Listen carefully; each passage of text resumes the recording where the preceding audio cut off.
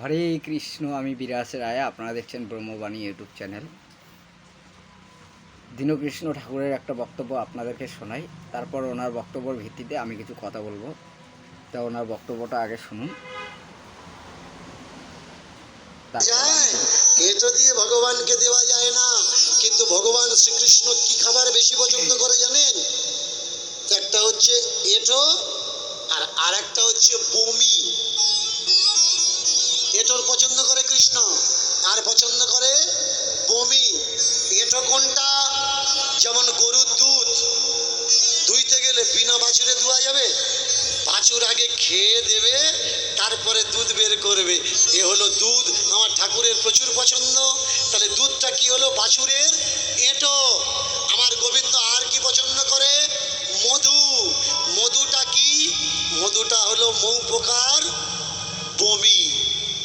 তাহলে ভগবান শ্রীকৃষ্ণ এঁটো আর বমি পছন্দ করছে, কিন্তু যারা কৃষ্ণর পথে ঢুকে গেছে, টেনে বের করা যাচ্ছে না তাদের, তারা এক জিনিস 14 বার করে ধুচ্ছে, ভগবান যাতে রাগ না করে।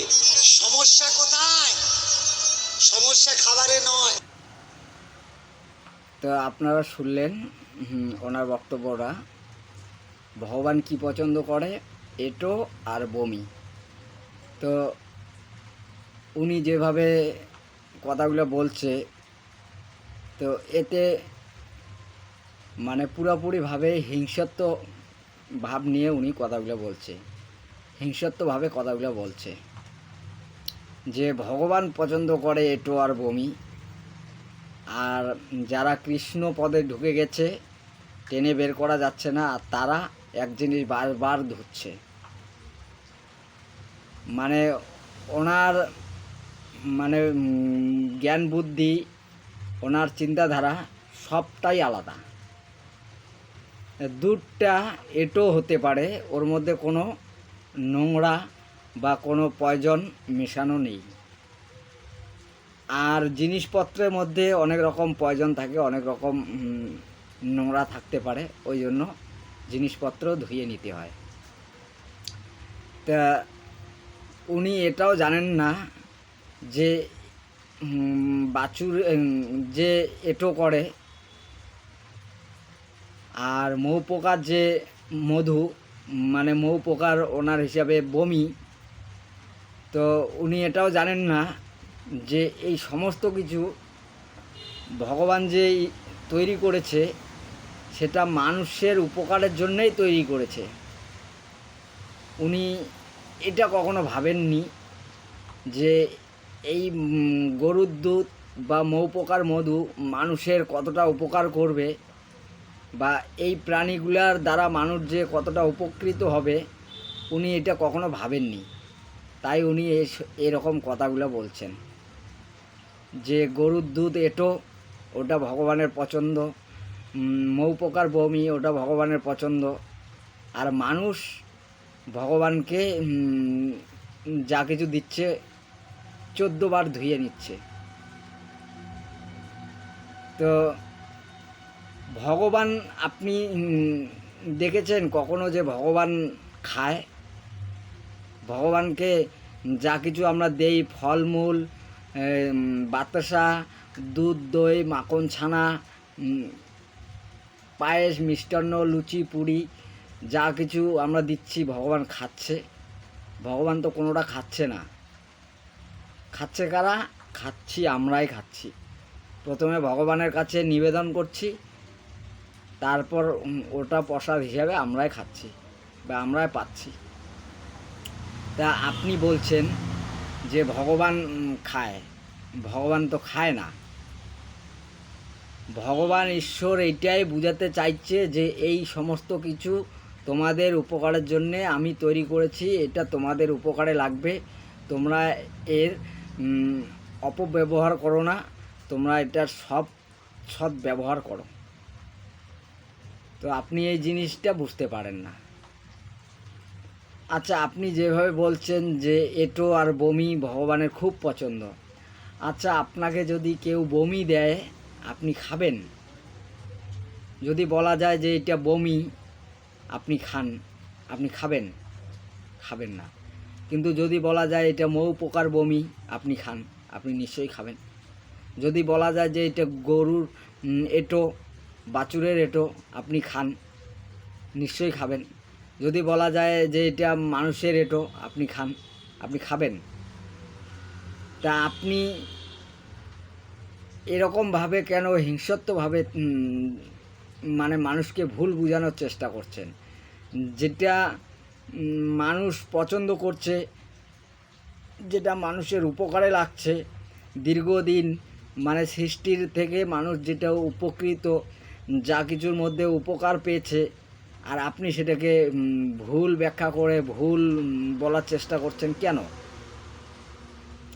আপনি তো চাইছেন মানুষের ভালো করার জন্যে, মানুষের উপকার করতে চাইছেন, দেশের মঙ্গল করতে চাইছেন, জনগণের মঙ্গল করতে চাইছেন।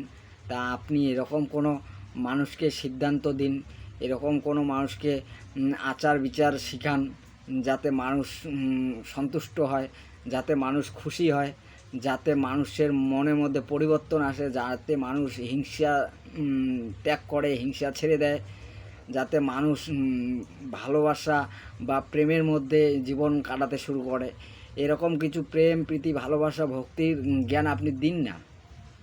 আপনি সেটা না দিয়ে আপনি সৃষ্টির যা কিছু আছে সেটাকে আপনি ভুল প্রমাণ করতে চাইছেন। ঈশ্বরের দেওয়া জিনিসকে সেটা অস্বীকার করতে চাইছেন। কেন এরকমটা করতে চাইছেন? আপনি তো একটা শিক্ষিত মানুষ, আপনার তো জ্ঞান বুদ্ধি ভালো হওয়া দরকার, কিন্তু আপনি এরকম কথাগুলো কেন বলছেন? আপনি আপনাকে যদি কেউ বমি দেয় আপনি খাবেন? আপনাকে যদি কেউ এঁটো দেয় আপনি খাবেন? নিশ্চয়ই খাবেন না। তাহলে বমি আর এঁটোর সাথে গরুর এঁটো তুলনা করছেন কেন? মৌ পোকার মধুর সাথে বমির তুলনা করছেন কেন? এই রকম আপনার ব্যাখ্যাগুলো হচ্ছে কেন? আপনি এরকম ব্যাখ্যাগুলো দিচ্ছেন কেন? তো আমি চাইবো আপনি যদি ভালো করতে চান তা আপনি কিছু ভালো পরামর্শ দিন, মানুষকে কিছু ভালো জ্ঞান দিন, মানুষ কিভাবে ভালোর দিকে আসবে, মানুষের কিভাবে মঙ্গল হবে, এরকম কিছু সিদ্ধান্ত, কিছু পরামর্শ দিন না, যাতে মানুষ সেটা গ্রহণ করে। আর আপনি যেটা বলছেন এতে প্রত্যেকটা মানুষের মধ্যে হিংসাত্ব ভাব আসবে, হিংসা শিখবে মানুষ। মানুষ এই সমস্ত কথাই বলবে যে ভগবান এটাও পছন্দ করে, বমি পছন্দ করে, আর আপনাকে তো দিলে আপনি খাবেন না, এটাও খাবেন না, আপনি বমিও খাবেন না। কারো খাওয়ার থালে, কারো এটো থালে যদি আপনাকে খেতে দেওয়া যায় আপনি তো খাবেন না। কেউ যদি আপনাকে থালার মধ্যে বমি করে দেয় যে আপনি খান, এটা আপনি খাবেন না, তাহলে এইরকম ব্যাখ্যাগুলো দিচ্ছেন কেন? কেন আপনি ভালোটাকে খারাপ প্রমাণ করতে চাইছেন? আর আপনি চাইলেও তো সেটা পাবেন না। তাহলে আপনি কিছু ভালো পরামর্শ দিন, কিছু ভালো বুদ্ধি পরামর্শ দিন, মানুষ যাতে সেই বুদ্ধি পরামর্শ নিয়ে আপনার জ্ঞান দ্বারা যাতে মানুষের মঙ্গল হয়, মানুষের কল্যাণ হয়, এরকম কিছু বুদ্ধি পরামর্শ দিন। তো মানুষকে বিভ্রান্তের মধ্যে ফেলবেন না। আপনি একটা শিক্ষিত মানুষ, আপনার শিক্ষাকে আপনি অশিক্ষায় কুশিক্ষায় পরিণত করবেন না। আমার এটাই অনুরোধ রইল আপনার কাছে। আপনি যা বলবেন একটু ভেবে চিন্তে বলবেন। আপনি এরকম কুশিক্ষা মানুষকে দেওয়ার চেষ্টা করবেন না। হরে কৃষ্ণ। এই ভিডিওটা এখানে শেষ করলাম। নমস্কার।